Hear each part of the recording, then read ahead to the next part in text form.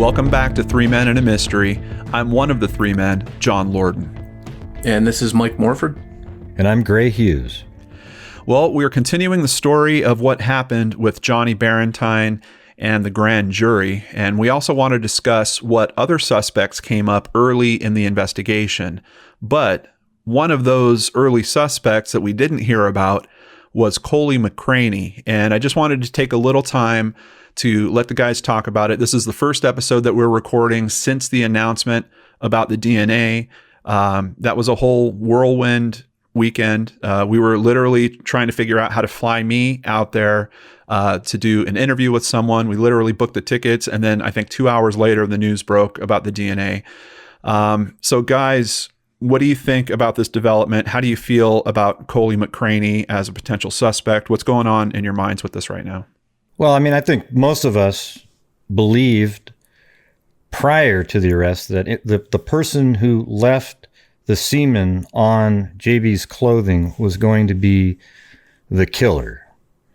But it's also possible, since he was only about 24 years old at the time, and JB would have been 16 if they were seeing each other, let's say, that's a possibility that they were actually seeing each other on the side. Morph?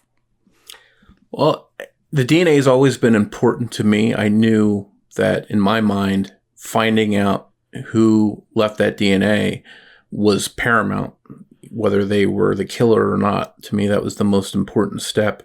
And they took that step, and barring anything out of the ordinary, according to the experts, that is Koli McCraney's DNA.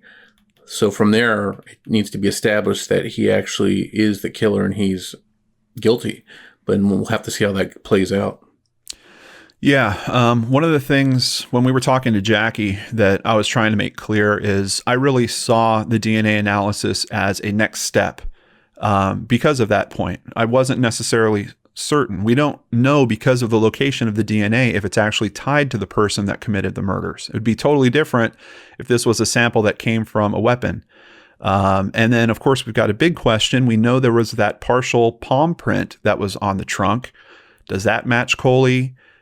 We don't have details on any of that at this point. I'm hoping that some of those details are going to come out as the show progresses and we get closer to the end of season 1. And we've also planned on bringing in a criminal behaviorist to help us understand, does Koli fit this? At least from what we know of him, is he the type of person that could have done this? I can tell you guys right now, we ran a background check on him. Not a whole lot on that background check. It looks like one kind of driving infraction related charge, and then some trouble paying, making tax payments, which might have been the result of a bankruptcy or the start of a bankruptcy, but not the typical type of person that we see for doing something so brutal. So we've got a lot more digging to do when it comes to Koli McCraney. Stay tuned for an episode specifically about him coming up. I think the palm print is a huge factor. If that actually matches him, it's going to look really bad for him. Also, you know, if you look at this case, his only out over the years. So over the years, let's say it is him. He's known that he deposited the semen, and the only out would be, oh yes, I was seeing her. And then that would be an explanation. There has to be more. The police have to have more information to make a case stick against him. There has to be. I would hope so. I would seriously hope so, because it's one thing to get the results of the DNA. It's another thing to go ahead and charge him. And they've gone ahead and charged him very quickly off the result of the DNA. So I would have to think there's some other thing that's tying this together that we just don't know about yet. And to spring off the palm print, if there's any kind of other evidence they have there with DNA on it that they haven't released, something they were holding back, if that matched him, that would be pretty damning as well. Yeah, it's really, I'm getting stuck on it because we have a history here, and you're going to learn more about it in today's episode, but they've been using the DNA sample to exclude people for years. And we know that hundreds of people have been tested against that DNA. So is it the same sample that we're talking about? Is it the semen from JB, or is there an additional sample? Does it match the semen from JB? A lot of questions when it comes to the DNA, but I also have some concerns because some of the stuff I'm hearing from like Coley's attorneys about Parabon having some vested interest in making it look like this is a conviction, I don't feel that way at all.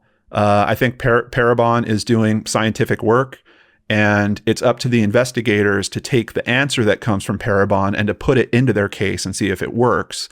I also filmed an episode of Crime After Crime with Danielle Hallen this week, and she brought up some interesting information about the public's perception about DNA, and that, like 95% of people think that if there's DNA involved and it matches the person, that's a conviction right off the bat.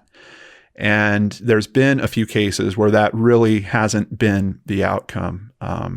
There is contamination that can happen, but with this case in particular, it's really about the source of the DNA. If this is strictly coming from JB's body and there's the potential that he was involved with her romantically, that doesn't necessarily put a gun in his hand. And I think that's what we're all struggling with on this. Well, the interesting thing is, if you listen to last episode, you know that Koli isn't the first suspect that was really named here. Now, are there lessons that we can learn from what happened back in 1999 and early 2000 with Johnny Barrentine's story that might apply to what we're going through today with Koli McCraney? Let's conclude the story of Johnny Barrentine. Johnny's lawyer, Bill Caminos, had previously stated he didn't see any evidence linking Johnny to the crime, no motive, no murder weapon, no proof that Johnny even ever owned a gun. However, police said they were waiting on forensic tests, and those tests came up with a surprise. The DNA sample that we were just talking about was found on JB. Semen was found on some of her clothing and skin. Previous reports say there was no indication of any sexual assault occurring to JB or Tracy. The judge ordered Johnny to take a DNA test. It was determined that Johnny Barrentine was not a match to the DNA. Chief Spivey commented that despite Johnny not being a match, the results would not change the course of the investigation. I don't know about you guys, but doesn't that sound like he's saying that they still have the right man? The way he said that almost opens up the door for one person could have deposited that semen, but not necessarily killed the girls.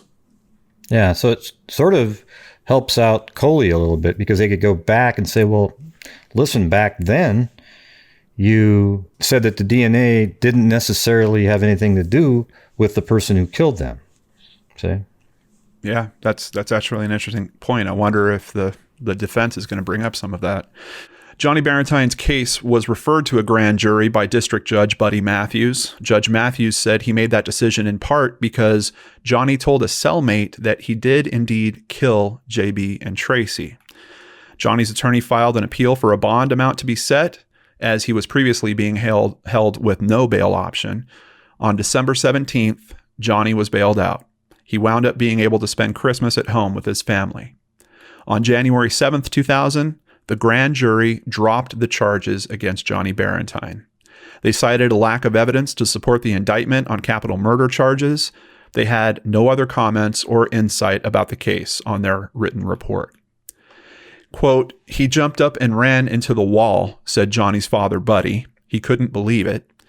Chief Spivey told press that if new evidence was discovered, it could be presented to the grand jury at a later time. Once again, there's just this undertone that I'm getting from Spivey that he really thinks that it's Johnny.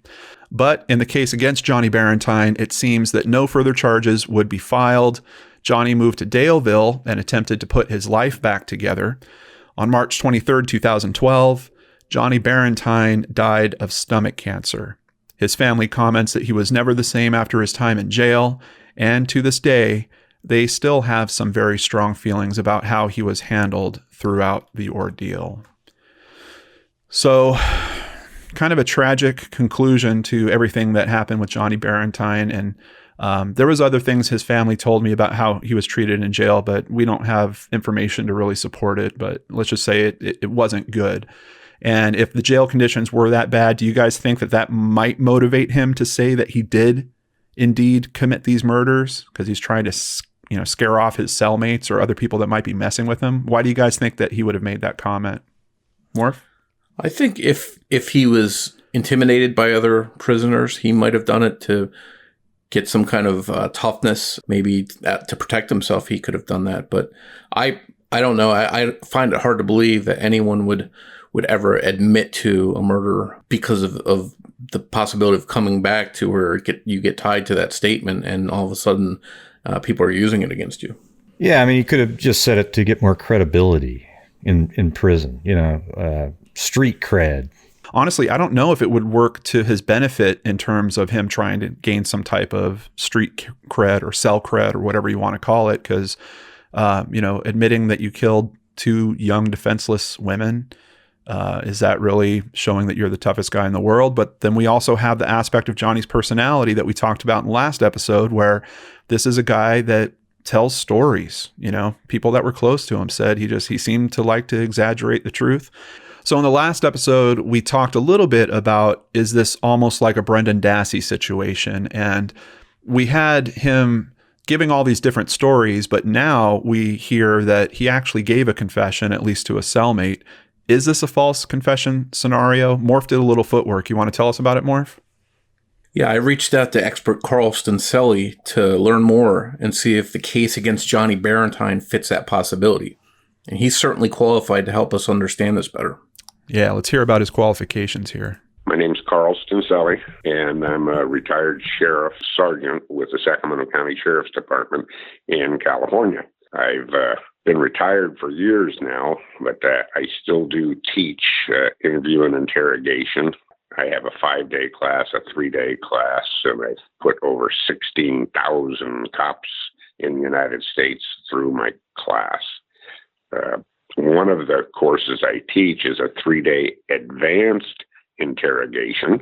One of the topics is lots of detail on preventing false admissions. I've been an expert witness in 3 different states in false admission cases, both for the prosecution and the defense. Well, first of all, let me just say, I love that we got Carl's opinion on this. Originally, we were trying to find an expert, and I thought we were going to wind up with a false confession attorney who I've seen speak about this before, but it's almost like we're getting this from the flip side. We're talking to a guy that actually trains police officers on how to avoid false confession scenarios. So first of all, my hat's off to you, Morph. I think you found someone really good. Gray, do you agree? We got some good qualifications on Carl Stinselli? Oh, yeah. He sounds like he's exactly who you want to ask these questions to. Yeah. Just listening to it, you're thinking about all the other cases that, we've all covered and watched, and you hear things and you go, wow, I wonder if that happened in that case too. Yeah, absolutely. And the numbers are pretty crazy. This does seem to occur a lot, and there's some conditions where it seems to occur specifically, and we're going to touch on those as we're going through the interview here. But let's start by hearing Carl tell us, what is a good interrogation?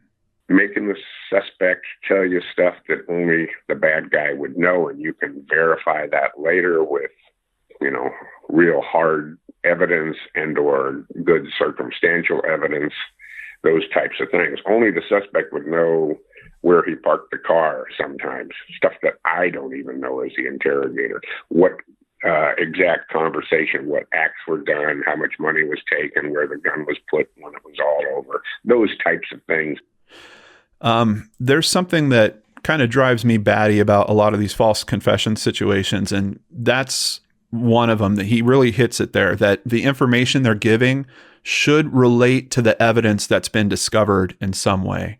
And I don't know that that's always the case, or if it does relate, it's sometimes suggested that the police have, exposed the information to the person being interviewed in some way and made suggestions to them to bite on that information. Yeah, in the Brendan Dassey case, that's exactly what was going on there. They would say, "So, what about the garage? Was it in the garage?" And then he'd say, "Yeah, the garage." So, and then they sort of weave the story by giving him hints.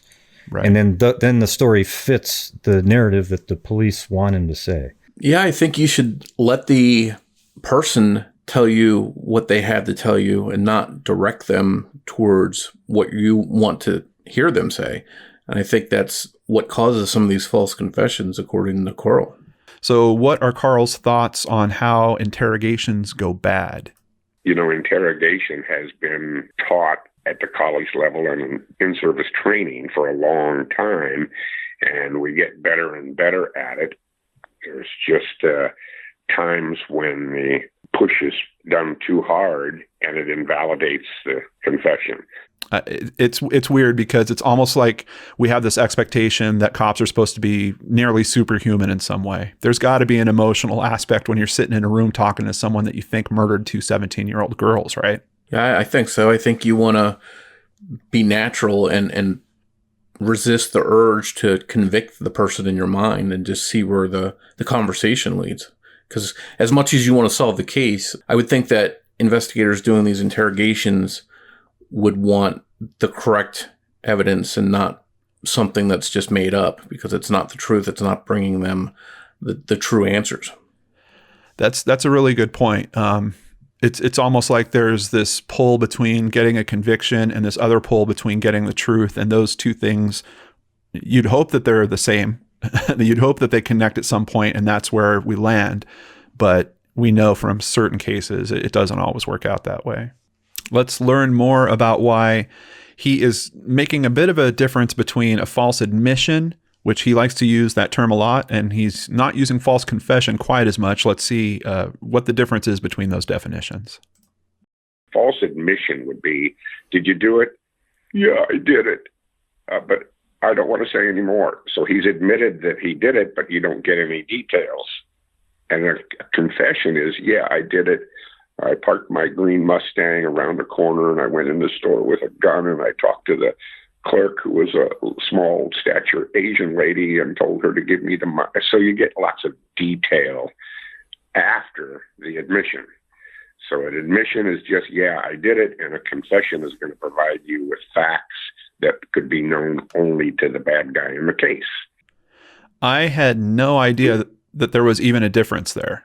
I never gave it any thought, but it was interesting when he said that. It started the wheels turning. Yeah, that's a key difference, because anyone can say, I did it. Sure. I mean, if we look, who was the guy back in the John Benet Ramsey case that got all that attention? John Mark Carr. Yeah, he got lots of attention. He had nothing to do with it, just because he said, yeah, I did it. And that's a big difference from having details of how he did it. Yeah, and to his point about having a good confession, if you only get to the admission stage, you're not getting the details to be able to line those up with the physical evidence. So obviously it's much stronger if you do get them to the actual confession stage, where you're getting some of those details and you can check some of that stuff out. Yeah, and we also know that Johnny Barrentine's confession didn't match what they already knew were the facts of the case, that the girls were killed elsewhere, right? That's the biggest one, yeah. I mean, but they also do say that he knew information about their clothing that wasn't publicized and no one else knew. So they had their pieces where they thought there was enough in what he was saying to prove that he was involved in some way. Obviously, the grand jury didn't seem to believe that, and once the DNA came in and didn't match him, there just wasn't enough, at least from the grand jury's perspective, to take it further. So, and I think it's important to ask too, did they lead him any information? Did they say, hey, the jeans she had on, what color were they? Were there some clues that they gave him that he latched onto and started talking? So I think that's a key difference from knowing details and possibly being fed details. And we don't know because we've never heard that confession and we've never read a transcript of it. Yeah. Now, we do know it was at least recorded. So at least they were doing that much, which back then, was kind of before this mania about false confessions was kicking around. That's a pretty good step for them to actually even have a recording of that. But of course, that's not publicly accessible. Let's learn about the false admission risk factors. People who falsely confess or admit fall into these little factors. They're vulnerable to the influence of others, especially police officers. The location of the interrogation, whether the police officers sought out his vulnerabilities to exploit those vulnerabilities against him, whether the police took steps to encourage the suspect, that they were your friend, whether the police took steps to enhance their power or control, like moving the furniture around in the room and putting the door behind them and that type of thing, whether the suspect was given an opportunity to sleep or eat, whether it was a lengthy interrogation, and this goes on and on. There's like 50 of them. And I think it's important to be cognizant of the fact that in court, it's ruled inadmissible when the totality of the circumstances, with a reasonable person test, the totality of the circumstances tips the scale just because they've used so many techniques that it invalidates the admission or confession that was obtained. No one factor really pushes the scale to one side or the other. It's always a combination. Once again, I'm learning so much more. I think you did a great job reaching out to this guy. Hearing about the furniture being arranged in a certain way, that didn't even occur to me. And when I heard that, all of a sudden my mind started flipping through. I have looked at some videos of interrogations that are happening. And in a lot of those situations, yeah, they've got the person sitting on one side of the room.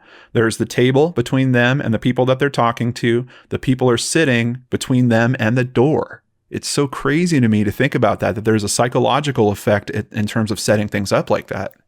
I don't know if you guys watch Mindhunter, but there was an episode of Mindhunter that's based on a real case where they strategically placed a rock that killed a young girl in back of the investigator as he was questioning a suspect in the case. And that rock was something that he could see while he was talking to investigators.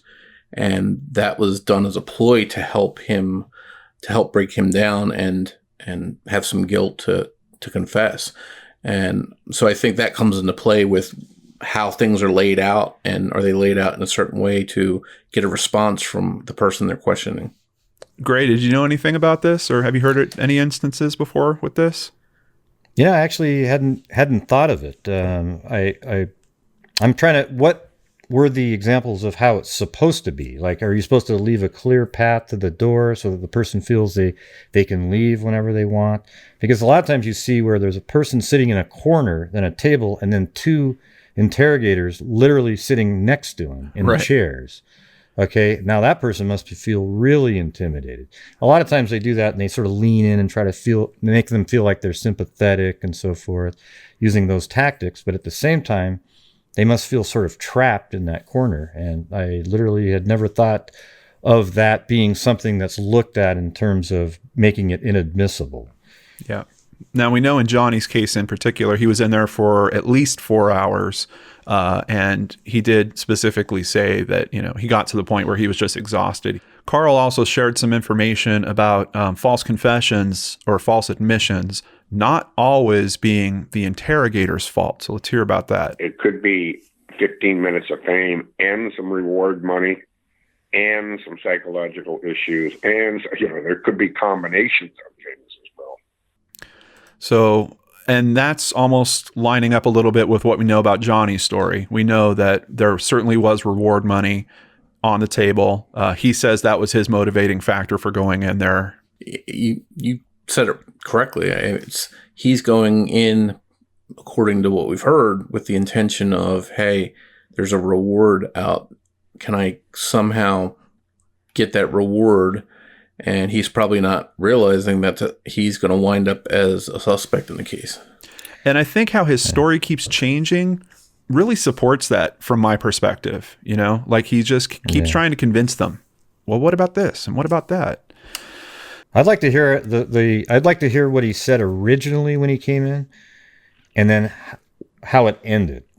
I want to see the whole evolution of how all of that conversation went, because if he did go in there for the reward, the first conversation must have sounded really just, I saw this car and so forth, but later on he's putting himself at the scene and so forth. So I'm not sure how he would really feel like he'd get a reward when he's basically admitting being there.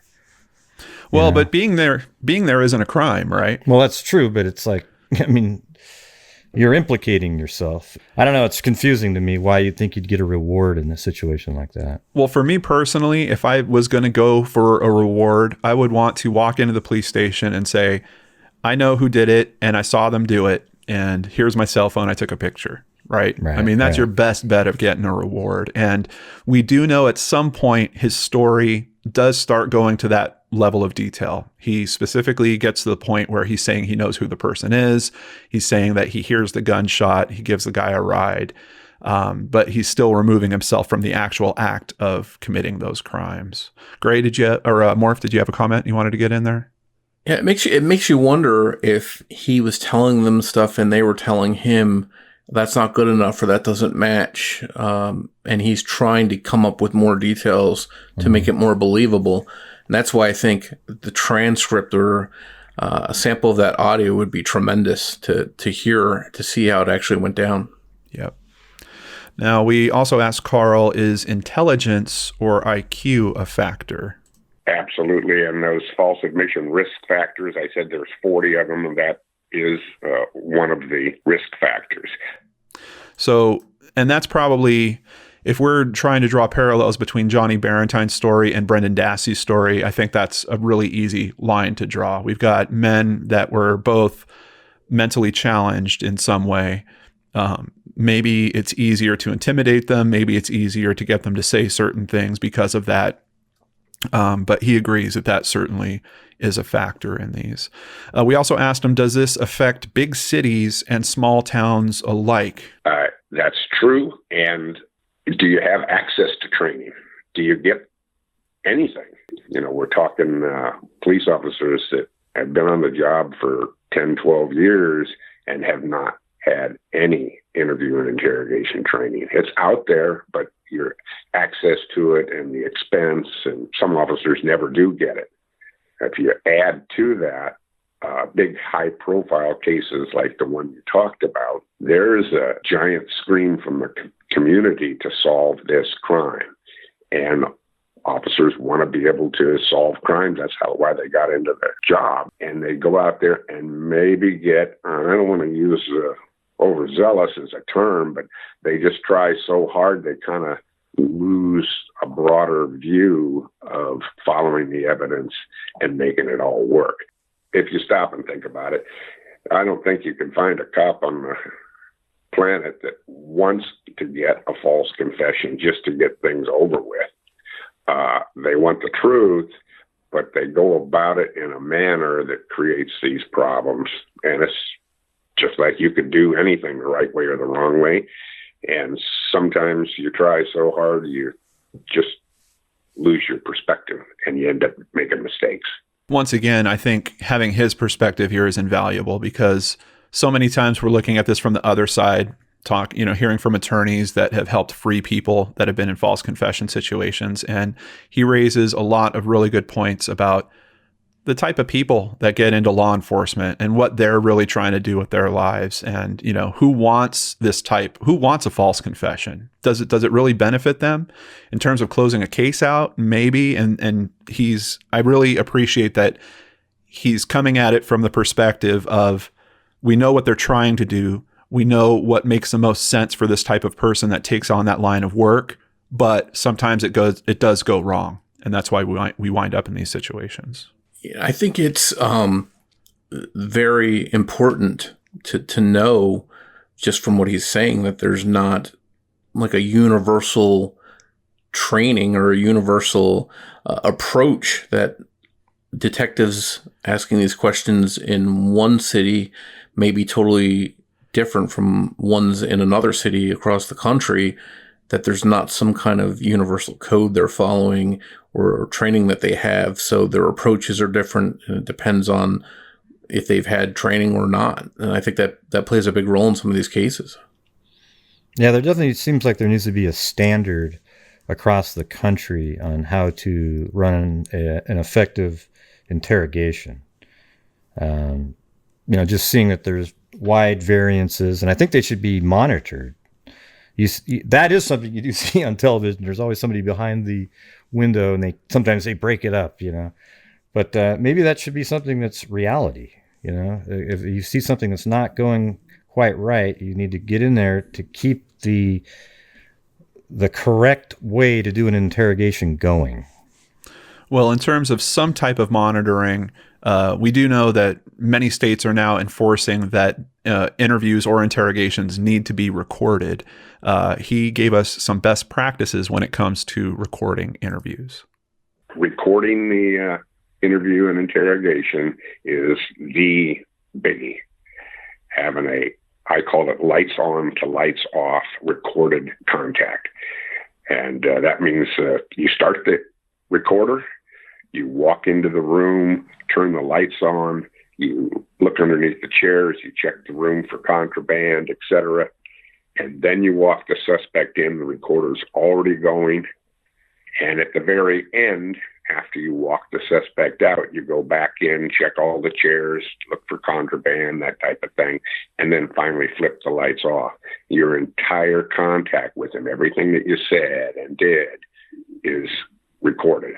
Once again, I'm learning things like crazy here. I didn't even think about the fact that they should sweep the room first, but having the recording going before you even bring them in, I mean, I think the prosecutors are just going to appreciate having that level of detail, right? I mean, you know that they're not slapping the recorder on in the middle of the interview because they've softened the guy up and they've got him to the point where he's ready to say what they want him to say. You can see it from start all the way to finish. What's interesting is the sweeping the room, you also have to check the person that you're interviewing. I actually saw a interrogation a year ago or so where the person that was being interrogated is sitting there. Then the detective leaves the room for a minute and the guy pulls out a gun and blows his brains out right on the camera.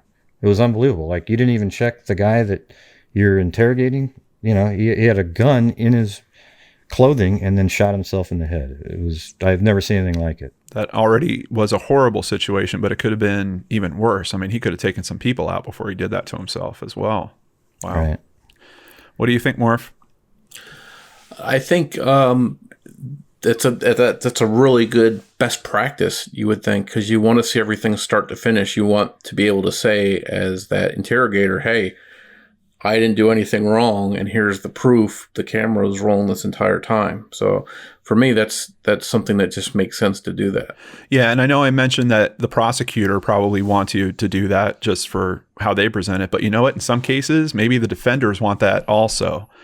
Just having a good, solid process where it's recorded from beginning to end. I can see that being helpful in court. And you just need to remember that this is where all of these cases are heading, right? I mean, if you're going for a conviction, there's a very good chance that these are going to get to court. And there's a good chance that part of that, particularly if you have a confession or an admission in there, is going to show up as evidence. So how strong is that evidence? That's a really important factor. And I love that he's teaching people to make sure that that evidence is as strong as possible. On these next two clips, Morph is actually asking him the questions. So don't get confused, because I know you're hearing Morph talk with us also, but this is a clip of Morph interviewing Carl. If I gave you a general synopsis of him not completing 8th grade, having a lower IQ, being socially inept, wanting to collect some reward money if he could, would that tend to fit the profile of someone that might admit to something that he didn't do? Yes. And the real easy way to make sure that that's not going to happen is probe for those details that only the bad guy should know. In a big media case like the one you're talking about, I'm guessing it was very well covered in the news. You have to take into account everything that every reporter has stated from every channel in the area, because that could mess up your, what we call holdback information that would prove that this is the correct guy. So you have to, scrub through all the media stuff before you get started and have the suspect tell you stuff that only the suspect would know. So once again, I'm learning that we already ask so much of police departments, but now interrogators have to be aware of essentially all the media about a particular case to avoid these types of situations. It never occurred to me that would even be a consideration. And I do wonder if that came up in this case in particular, because we've been relying on the media a lot. We've been looking through all kinds of old articles to pull together the information for this show. And there's a lot of detail out there. And some of it wasn't accurate. And it was kind of noted at the time it wasn't accurate. But it's a good question. the person that was interviewing Johnny, were they aware of all the media that was out there? Because we know Johnny was supposedly also looking into this case himself. So he was likely reading everything he could about this case. What do you guys think? Gray? Well, it actually reminds me a little bit of the April Tinsley case, because there was a barn that had a note on it. And when they put an image out to the public, they left out part of what was written on the barn, and it actually said, "Did you find the other shoe?" Okay, because that was something they never told the public, that they never found they did find the other shoe, but it was way down the road, and that's how they knew that what was written on that barn was written by the killer. Yeah. So it's so important for police to keep some elements completely outside the public realm. Right. But what if some other reporter would have gone to that barn and gotten a picture that included that, and that was posted in, the smaller newspaper that maybe the interrogator doesn't necessarily read up on? It's crazy to think of the possibilities there. Morph? Yeah, I think to reiterate what Gray's saying is, I think there has to be some kind of control holdback item that allows them to sort out what's fact, what's fiction. If did a killer make a big smiley face on a mirror or something like that at the crime scene, something that they just leave totally out. The press doesn't know about it. Only the police know about it. And if someone comes forward with that information, there's no way they could know about it unless they are the likely suspect. So I think it's crucial that they don't overshow their hand and keep something back for these situations to where they can sort out fiction from reality. We also had Morph ask how to get Carl's help. So if anyone out there is looking for an expert on this, you can reach out to Carl yourself. And if somebody out there listening to you wanted to learn more about the kind of training you do, or maybe a police agency out there wants to be better prepared for some of these interviews, is there a place they can contact you? Interviews and Interrogations Institute out in California. Everybody's got Google. Everybody knows how to do it, but it's Interviews and Interrogations Institute. You can get some basics early on. Brand new detectives, the 5-day course is great. Then you end up in let's say homicide, sex assault, robbery, where you're going to need some additional skills and how to deal with psychopaths in the room. And, we go on and on. We're all individuals. We're all different. We have a lot of similarities, and we can play psychology and all that. But when it boils down to it, each time you walk in the room, it's a brand new person done a brand new crime or series of crimes, and you got to get to the truth. Well, I want to give a very big thank you to Carl Stinselli for sharing his time with us, sharing his knowledge with us. I learned a lot through that interview. And once again, my hat is off to you, Morph. I think you did an amazing job finding him and interviewing him and sharing all this information. Thank you so much. We'll be back right after these messages. Imagine this. You have the suspect's fingerprints at the crime scene. You have witnesses testifying that they saw the suspect commit the crime. The suspect has a motive. That's an open and shut case, right? Not always. Each week, the Parcast original Not Guilty examines controversial criminal cases and tries to determine why solid evidence doesn't always lead to a conviction. What police considered compelling evidence against Casey Anthony in the disappearance of her daughter Kaylee, defense attorneys classified as fantasy forensics, and she was ultimately acquitted of Kaylee's murder. What about Amanda Knox, who served 4 years in an Italian prison for murder before later being acquitted? Was the media portrayal of Knox responsible for her initial conviction? Search for Not Guilty wherever you listen to podcasts and subscribe today. You can also find Not Guilty by visiting parcast.com/notguilty. Welcome back. So Johnny Barrentine actually was not the only person being looked into back at the time where the crime actually happened. Now, we were originally planning on doing this as a whole separate episode. At this point, with the focus shifting to Koli McCraney, I think it makes sense for us to cover this just briefly. We keep mentioning we don't know, he's innocent until proven guilty. So I do want to give this information out about the other suspects, but we're not going to go into it as in depth as we originally intended. The first one was known as the man from Battle Creek, Michigan, who couldn't account for 4 hours of his time that evening. He also left town within days of the murder, and he had been making some suspicious statements, according to Chief Spivey. Investigators went to Michigan to interview him at least 3 times. Spivey referred to him as a very viable suspect, even after it was found that he also did not match the DNA found on JB.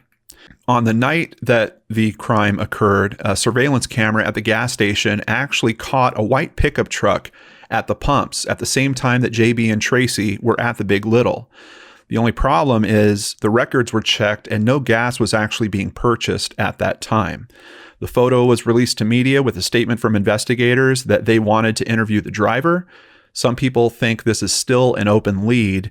It's very often talked about in message boards, but a later news report would state that he was indeed tracked down and he was ruled out as being involved. Then we have the man from Mississippi. A man stayed with his relatives in the area and left approximately 2 days after the murder.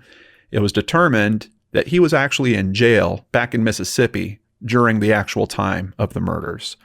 Several months after JB and Tracy's murder, 2 Mississippi teens, Amanda Wellborn and Kelsey Bullock, who were driving at night, were also killed by being shot in the head. Their bodies were found in a ditch. Ozark investigators looked into it to see if the cases may be related. It was determined that a different type of gun was used, and the murderers in that case were actually caught. The girls knew the men that murdered them, and it was determined that there was no connection to JB and Tracy's case. A few years after, another car would be dumped close to where JB's Mazda was found. That vehicle would be found to belong to Melva Sue Johnston, found dead in Montgomery, Alabama. She was supervising a work release program, and one of the inmates that was on scene with her cleaning up a theater, Eugene, killed her and took her vehicle and ditched it in Ozark. Investigators looked at any connection between Utsi and JB and Tracy's murder, but once again, he was ruled out by the DNA. FBI profilers looked at this and they basically came up with a profile saying that we're looking for a young male described as a loner. We've been told that the number of men excluded due to DNA tests is in the hundreds at this point, but none of that older media mentioned anything about a potential suspect named Koli McCraney. And that is where we find ourselves today. So guys, now that we've covered Johnny's story, now that we've learned more about false admissions, false confessions, do you see any parallels with what we know so far about Koli McCraney, which isn't a whole lot, and the case of Johnny Barrentine, where they tried to file the murder charges and make them stick? It seems like with Johnny Barrentine, he somehow was known to police. He came to them, or somehow they got onto him as being a possible suspect. One way or another, they tracked him down in a different way. With McCraney, they apparently went to him after being given a short list of possible suspects by Parabon, and Parabon probably said, here's a list of people, one of these is the most likely suspect. And then they went to him and collected DNA swab from him, and it matched specifically to the DNA found on JB. So there's 2 different scenarios there, I think, of both men, and they seem to have not really a match in my mind. Great. Well, I guess the only thing that you might say is a parallel would be that maybe a rush to judgment before other investigative information comes out about the suspect. It's one of the biggest criticisms that came from his family and from his friends was, look, they're making a run at this guy and they're not being very open with the public about what puts him at the scene, what is his motive, what is their evidence to actually say that he did this. And with how that case turned out, the grand jury didn't think that they had enough evidence to really do that. It feels to me like a little bit of a repeat of that situation, because here we are again. We have a DNA result that is, to be perfectly honest, highly questionable, because it's not DNA from a murder weapon. It's not DNA that is essentially tying him specifically to the act of killing these girls. And once again, law enforcement, prosecutors, they're not being very clear with the public about, we've got this and here's why. They're just saying, we've got this because of DNA. And that's where I'm getting a little stuck on it. And DNA, we've talked about it. It's not always foolproof. But even if it is, I'm not trying to invalidate the claims that this DNA is accurate or that this result is accurate. I'm worried about the source of the DNA and what that could mean to finding the truth of this case. That's where I'm really struggling with all this.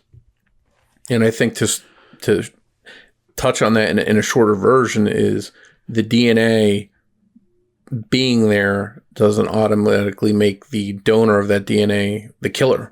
Right. And that's something that's going to have to go through the legal system and see how that plays out. But, it's going to be interesting to see how that happens. The prosecution has to know that that's going to be the defense. They have to know that's going to come up with the defense. It's odd to have only that evidence, and then he's in jail. It seems like a good attorney should be able to get him out and say, well, listen, you have no proof of what that DNA is for, so there must be other information. I'd love to see the warrant of this case. Yeah. Well, we're going to stay on it, even if our season ends. The show isn't going anywhere, and we don't know how long it's going to be until the trial starts. Is it going to be moved? Is it going to happen in that county? There's a lot of questions to still come out around all this, but we are going to stay on it, and I think there's a very good chance that I'm going to wind up in Ozark, Alabama myself for some of these trial dates. Gray, you want to tell us about the live stream coming up? Yeah, we're doing a live stream on July 31st, J.B. Beasley's birthday, which is also the same night that J.B. and Tracy were senselessly murdered 20 years ago. Please join in on the conversation by searching for Gray Hughes Investigates on YouTube, and be sure to subscribe and also click the notification bell, and then also to all videos. They have a third option there. You can also find video versions of our podcasts at my YouTube channel, Lordan Arts. And since we're intentionally trying to raise exposure using each of our platforms, remember that you can find all the information and links you need for any specific episode all together in one place at www.threemenandamystery.com. Also, if you have any information to help bring the truth to light in this case, you can go to threemenandamystery.com for contact details. You can also send us feedback. There's a form there you can fill out. If you want, you can email us directly at threemenandamystery.com, and that's the number 3 in both of those. Or you can reach out to us on Twitter at threemenandamystery, or search for us on Facebook. If you're looking for another true crime podcast to listen to while you're waiting for the next episode of 3 Men and a Mystery, I've got a couple of really good recommendations for you. We've got 2 true crime podcasts hosted by Alabama host, and that's Corpus Delicti and Mugshot. And here's a preview of both of those podcasts. Hey everyone, it's Jen. And this is Lindsay. And we're the hosts of Corpus Delicti. If true crime is your thing, it's ours too. And we do it with a dash of lightheartedness and a hint of Southern charm. We cover both well and lesser known cases, and have also started a series where we spend weeks at a time covering cases from certain topics. Ever wondered why there are so many cruise ship deaths and disappearances? How about how crime has affected history? What about lesser known serial killers? Corpus Delicti has you covered. Episodes are released every Tuesday and can be found on your favorite podcatcher. That's CorpusDelicti. Hope you'll join us soon. You've heard the stories of bloody murder and horrendous homicide. But what about the rest of the crimes people fall victim to every day?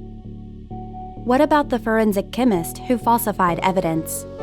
Or the con man who pretended to be a surgeon? What happened to the rich men who kidnapped an entire bus of children? Who are the fraudsters, arsonists, bank robbers, drug lords, and more? I'm Lindsay, the host of Mugshot. Mugshot is a true crime podcast that brings you the non-murderous crimes you didn't know you needed to hear. Season 2 started in January of 2019. So come and join me by searching for Mugshot on your favorite podcatcher. Until then, stay out of trouble, or you may end up pictured in your very own mugshot.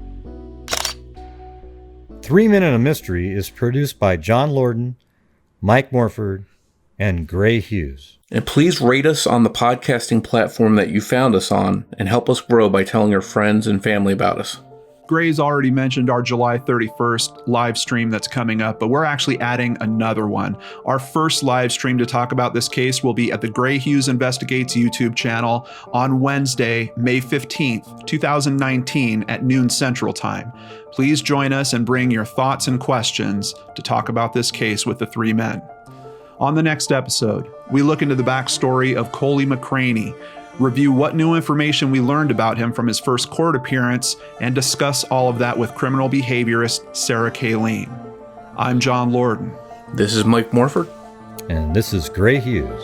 And we are 3 Men and a Mystery.